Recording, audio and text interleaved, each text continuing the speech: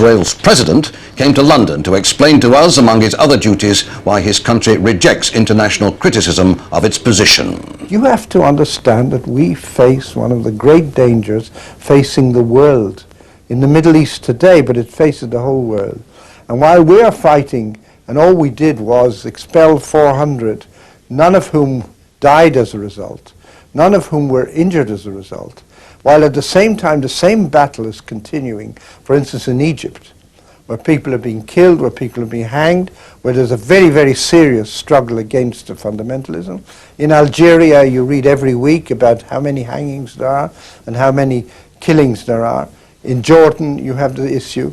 We are part of a major battle against the Iranian-controlled Islamic fundamentalism in the area. And the rest of the world had better understand this, because we are in fact the front line standing up to them. When I say we, including the other countries in the Middle East. But if Israel persists with this attitude of the frontiersman, if it's always in conflict with its neighbours, how are you ever going to get to the point where you can live satisfactorily with them? The PLO representative, I thought, here in London put it rather neatly on our programme this week when he said Israel is in love with the peace process but not in love with peace. That's not true, because we are in love with peace with Egypt. We achieved peace with Egypt, and the Arab world recognized that peace, and Egypt rightfully came back to the leadership of the Arab world, and the headquarters of the Arab League is in Egypt, with the flag of the Arab League flying in the same town as the Israeli flag is flying. Israel is a democracy. There's a debate on this issue. There was an election on this issue. As a result of that election, there has been a change in approach.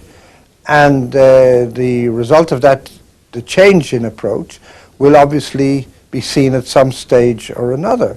The government has a very clear policy on this issue. And as you are aware, the U.S. Secretary of State, Mr. Warren Christopher, has been in the area, has been going around. In general, he had a positive response in the Arab countries. How things will work out with the Palestinians, who are unable to get their act together, that we will just have to see. Well, on relations with the United States, there's no doubt, I think, that Israel would not have stayed in existence without a lot of aid from the United States, billions of dollars worth of aid since independence. Moshe Dayan, one of your great generals, said, we take their money, we take their arms, but we do not take their advice. Are you not going to take the advice of Warren Christopher on this occasion? I frankly haven't always agreed with what Moshe Dayan said, and if he said this, I certainly don't agree with them, because we were one of the best investments the United States ever made from a strategic point of view, and it's no accident that we have an ongoing strategic arrangement with the United States, not because they like the color of our eyes or we like the color of their eyes, but because we both have a vital interest. After all, it's true there's no Soviet Union now threatening, which there was before, but there are all sorts of lunatic states around, like Iran, Iraq, and so forth, which could upset the whole balance in the world. And I think I'm convinced that every American strategist and general feels a little more comfortable that they have the base that they have in Israel today for the whole area. Remember, we are part of a strategic arrangement with the United States, which has been developing now over the years. We are close friends, but that doesn't mean that we don't disagree sometimes. You've got a lot of friends in Europe, but you sometimes disagree with them.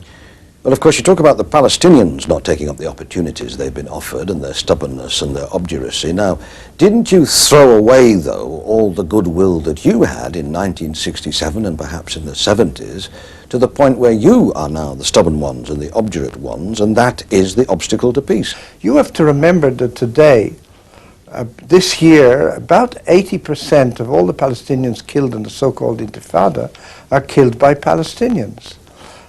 In other words, you have a situation where people are terrorized. They are in a very serious civil war amongst themselves, and a lot of this is put at Israel's door when all that we're asking is to negotiate. The negotiations might succeed, they might not succeed. Fortunately, the negotiations are going ahead today. But the problem is for the Palestinians to get their act together.